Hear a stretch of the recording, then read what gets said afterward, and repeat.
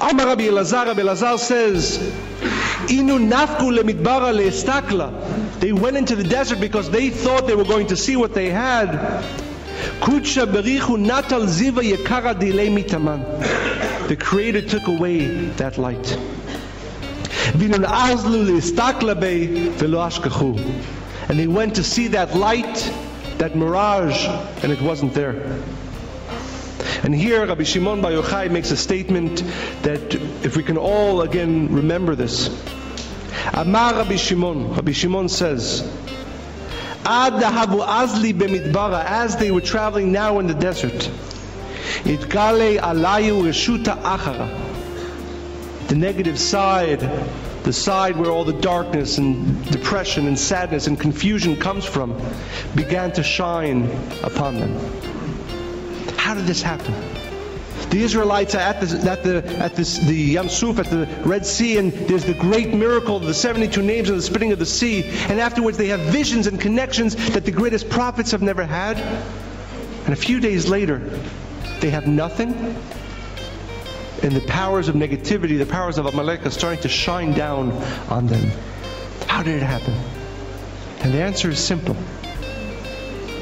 When Moses came to them and said, and they believed it was coming from the Creator, but it didn't make sense to them, it's time to go.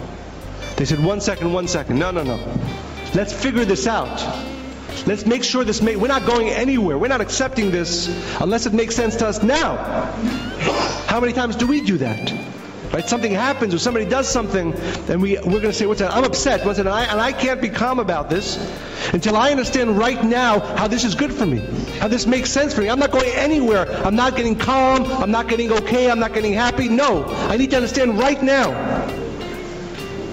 And what happened? So the Israelites and Moses are having this argument, and Moses knows what's going to happen. He remembers what happened with the brothers. He knows the power of Amalek, and he begs them, please, just listen. Be simple about it. The Creator is saying this will be for your good. This is coming to you. Just accept it. But they don't. They say this got to make sense to us now. If it doesn't make sense for us now, we're not going. So a trick had to happen. And what happened? The Creator says, okay, that's the path you're going down. You're opening up that gate. I'll play a trick on you. Because you have to go there anyway. You're going there one way or the other. If you go there simply, there's light all along the path. If you go there with your logic, it's going to look like there's light there, and you're going to go there, and suddenly you realize, what happened? It made sense to me. I understood. Suddenly, darkness? How did that happen? But those are the two paths that we have in life. The path of Tmimut, the path where the light of the Creator is around us and protecting us all the time, or where everything has to make sense to me now, or I can't accept it. I can't be okay with it. I can't be happy with it. I'm going to complain about it. I'm going to worry about it. And what do we see from the Israelites? How did Amalek come in? The story that we read on the Shabbat. Because the Israelites said, we can't accept it. We see what we have. We see what you're telling us. We see what you want to bring into our lives. It doesn't make sense to us at this moment. We don't want it. We live with logic, not with simplicity. We're going to complain about it if we don't understand it now. We're going to be sad about it if it doesn't make sense to us now. And they opened up, as Rabbi Shimon says in these words, Amar Rabbi Shimon said, Ad havu azli b'midbara, as they're walking in the desert, itgale alayu reshuta achara. They opened up the floodgates to the powers of darkness and negativity and Amalek. Of course, we know what happens then. They have to stay in the desert for 40 years. That entire generation has to die. All the pain and suffering for the Israelites, for Moses, begins at this moment. At this moment, when they say we're not going to be simple. We're going to complain and we're going to worry, and it has to make sense to us right now. Otherwise, we're not okay with it. And what happens when you lose that simplicity? You open up the floodgates. And you start complaining, you start not understanding, and you fall into darkness, into depression, and to sadness, and eventually to death. That's the power of Amalek. And it comes in not in the story that we read that Amalek finally comes to meet the Israelites. It begins in this moment of loss of simplicity. That is where Amalek finds his way. Then all the doubts and worries and confusion that follows, that's not even in our choice. It's not free will anymore. We've let him in. He can make us think and do all kinds of things afterwards. All the stupid mistakes that the Israelites then did in the desert, that wasn't their fault even. They were under the control of the Reshuta Achara, of that other side. Once they lost their simplicity, the negative side came in and did as it will. No more free will. This is what this Shabbat is about. And I'd like to share one last moment in history, which I think is one of the most powerful moments of certainty and simplicity. It's really an awesome story. And my hope for all of us on this Shabbat is that both in reading the story and in deepening our understanding of the power and the importance of simplicity, that we begin at least to gain the gift of this Shabbat. And the story that I want to share is from King David. Many of us know that there was the first king was called Shaul, King Saul, and for whatever reason, as we're reading the Haftarah, he made a mistake, and again, although we don't have time to go into it, also lack of simplicity, and he fell. And the Creator said, you can no longer be king, it's time for somebody who will be simple. It's time for King David. King David begins his reign as king, and his son, Avshalom, stands up and rebels against him. King David hears the message. It says, King David receives the message that not only has his son risen up against him, but that all the people are with him. It wasn't true, by the way. There's a whole story in the prophets that it wasn't true. It was a trick that Absalom played, but everybody thought that not only has King David's son Absalom risen up against him to rebel against him and take the kingdom, but that he also has the backing of all the people. Vayomer David. So King David realizes what's happening, or he thinks he realizes what's happening. He tells his family who's in Jerusalem with him, let's run. We don't even have time to get on our horses. We don't have time to pack. If Absalom, my son comes here, he's going to kill all of us. He's not going to leave anybody alive.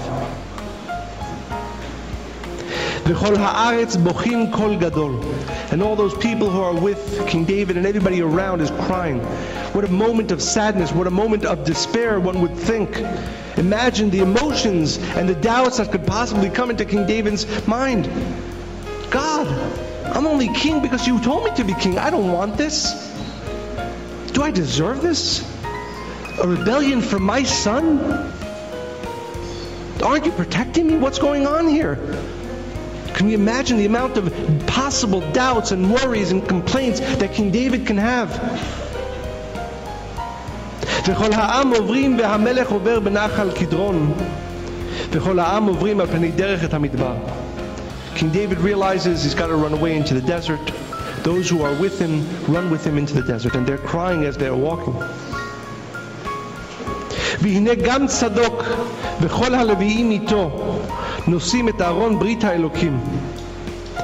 Tzadok, the high priest, and all the Levites say, we know the truth. Avshalom is not a positive person. King David is connected to light, to the Creator.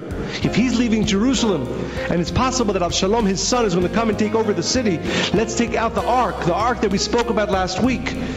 This amazing, powerful, spiritual tool. Of course, it has to be with King David. That makes logical sense. So they take the ark with them. The high priest and the Levites travel with King David, and they have the ark with them. Who should have the ark? Certainly King David, not Absalom. And here King David says two phrases which, again, are just unbelievable, and if we can merit to hold on to them. For all of our doubts and upset and confusion. Because we can imagine what if we were in King David's place, the doubts and worries and complaints that we'd have. How could it be? This doesn't make sense. Aren't I protected? How can my son be doing this to me? How could the Creator allow this to happen? King David says no. Vayomer HaMelech leTzadok. King David says to the high priest at Tzadok, Hashev et Aron HaElokim Ha'ir. Take the ark back into the city. If it's the right thing and the Creator decides, I will be back in the city. V'ir'ani oto ve'et naveu. And I will see the light of the Creator in the city, and I will see the ark. And here King David says this truth of living with simplicity. V'im kol yomar lo chafatzti bach. But if the Creator has decided for whatever reason that it's over, I will no longer be king, I will live in exile my entire life, hineni, I accept it. Ya'aseh li ka'asher tov be'enav. Let the light do with me what is right. No doubt, no worry, no sadness, no confusion. Simple. If the right thing the Creator decides is for me to go back, I will go back.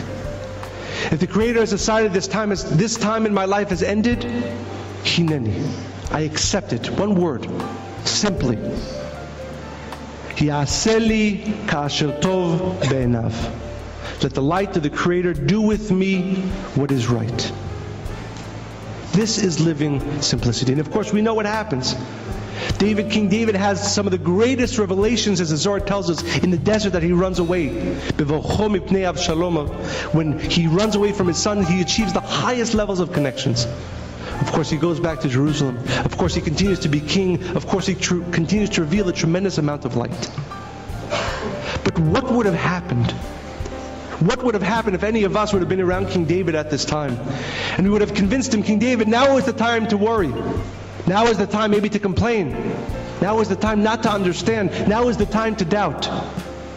What could have happened is that if King David opened up that door, as the brothers did, as the Israelites did, as Rabbi Shimon tells us in the Zohar, Itgali alay reshuta achara, the negative forces of the dark side were revealed onto them, he could have lost everything at that moment.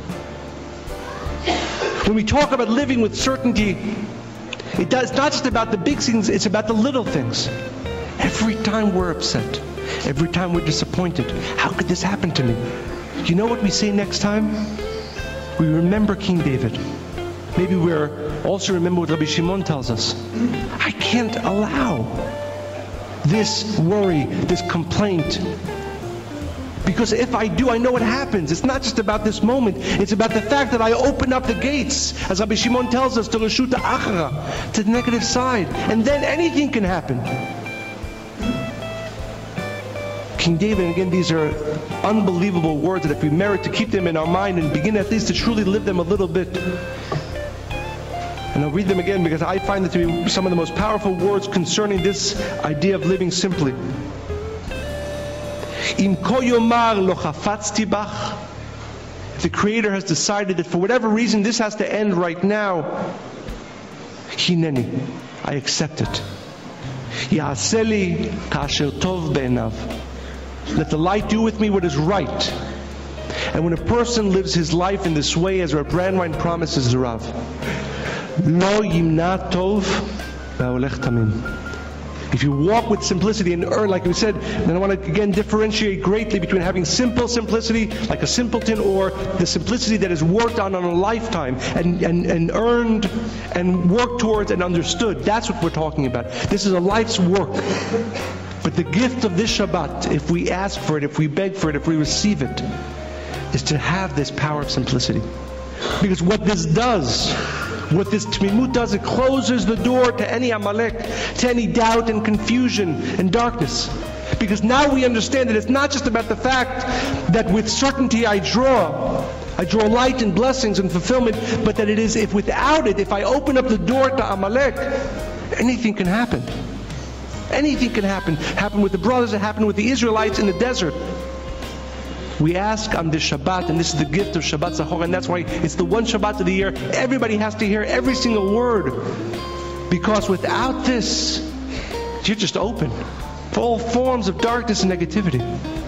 But if we merit to understand and to ask on this Shabbat, I want to live this life. I want to live a life with simplicity, that what happens, this person does to me, what happens to me, I'm simple about it.